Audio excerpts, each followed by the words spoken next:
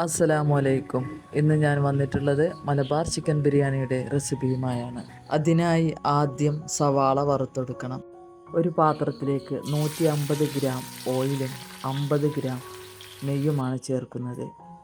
Medium സൈസിലുള്ള 4 സവാള വളരെ കനം കുറഞ്ഞരിഞ്ഞ് അത് ഈ ഓയിലിലേക്കിട്ട് ലൈറ്റ് ഗോൾഡൻ കളറാകുമ്പോൾ വറുത്തു കോരി മാറ്റി വെക്കണം. 1 കിലോ അരിയുടെ കണക്കാണ് ഇവിടെ പറയുന്നത്.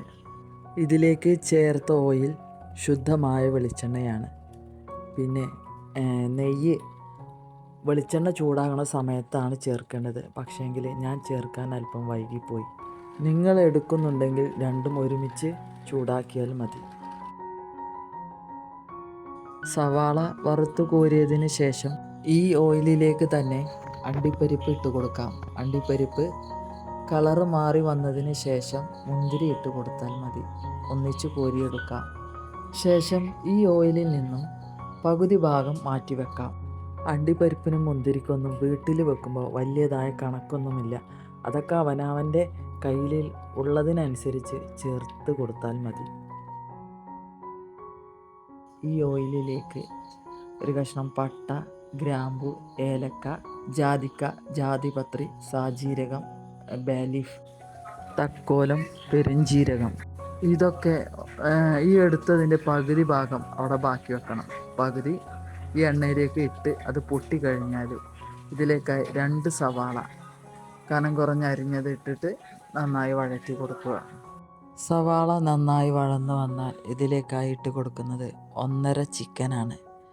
നന്നായി കഴുകി വൃത്തിയാക്കി വെള്ളം വാരാൻ വെച്ച് മുഴുവനായും വെള്ളം വാർന്നതിന് ശേഷം ഈ സവാളയിലേക്ക് ചിക്കൻ ഇട്ട് കൊടുക്കുക. ഹൈ ഫ്ലെയിമിൽ 2 മിനിറ്റ് നേരം വഴറ്റി കൊടുക്കുക.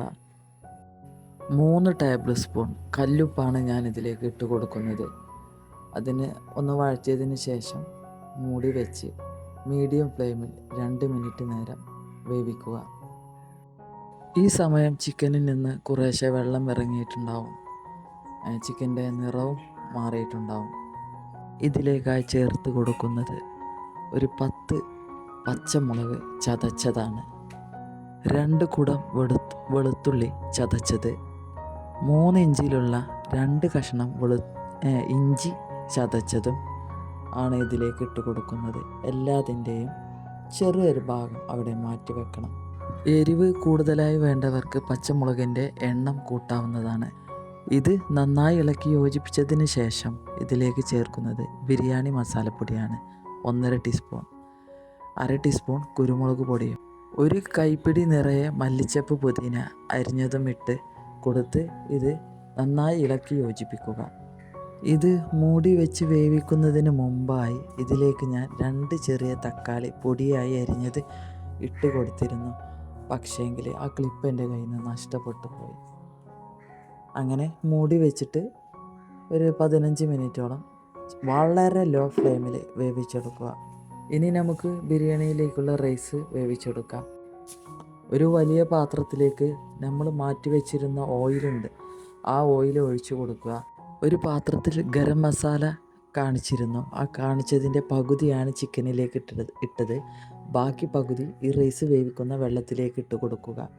എത്രയാണോ റൈസ് എടുക്കുന്നത് അതിൻ്റെ ഇരട്ടിയാണ് ഇവിടെ വെള്ളം എടുക്കുന്നത്.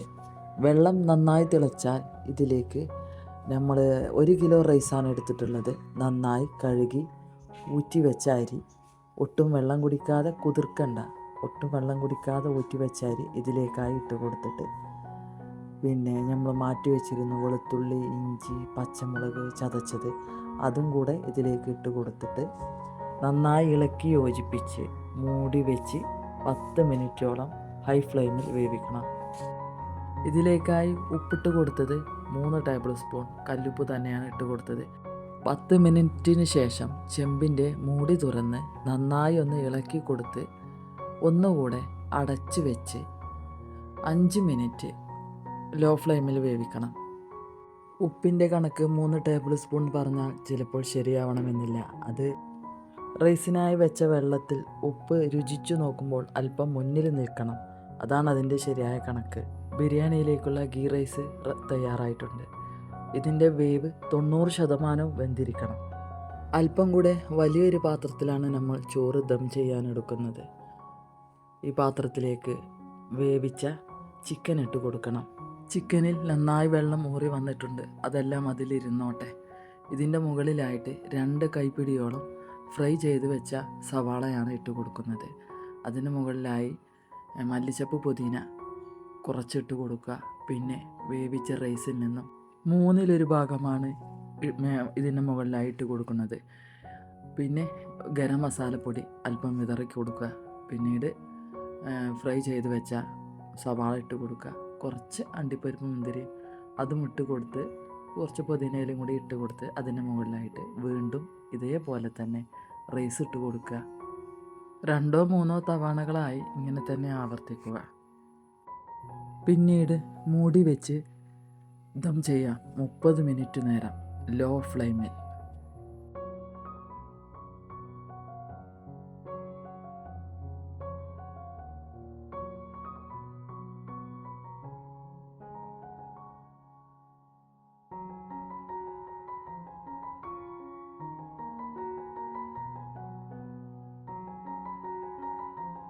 മുപ്പത് മിനിറ്റിന് ശേഷം ചെമ്പിൻ്റെ മൂടി തുറന്ന് റൈസിലെ മുകൾ ഭാഗം മറ്റൊരു പാത്രത്തിലേക്കായി മാറ്റിവെക്കാം. പിന്നെ ചിക്കന് നന്നായി ഇളക്കി യോജിപ്പിച്ചതിന് ശേഷം ഈ റൈസ് കുറേശ്ശെയായിട്ട് ഈ ചെമ്പിലേക്ക് തന്നെ ഇട്ട് ഒന്നും കൂടെ എല്ലാം കൂടി ഒന്ന് ഇളക്കി യോജിപ്പിച്ച് റൈസ് ആവശ്യാനുസരണം വിളമ്പിയെടുക്കാവുന്നതാണ്. ചോറൊക്കെ നന്നായി ആയിട്ടുണ്ട് കേട്ടോ. ഇന്നത്തെ എൻ്റെ ചീഫ് ഗസ്റ്റ് എനിക്ക് പ്രിയപ്പെട്ട എൻ്റെ വാപ്പയും ഉമ്മയുമാണ്. നിങ്ങളും നിങ്ങളുടെ പ്രിയപ്പെട്ടവർക്കായിട്ട് ഉണ്ടാക്കി കൊടുക്കുക. ഇഷ്ടപ്പെട്ടെങ്കിൽ ഫീഡ്ബാക്ക് അറിയിക്കുക.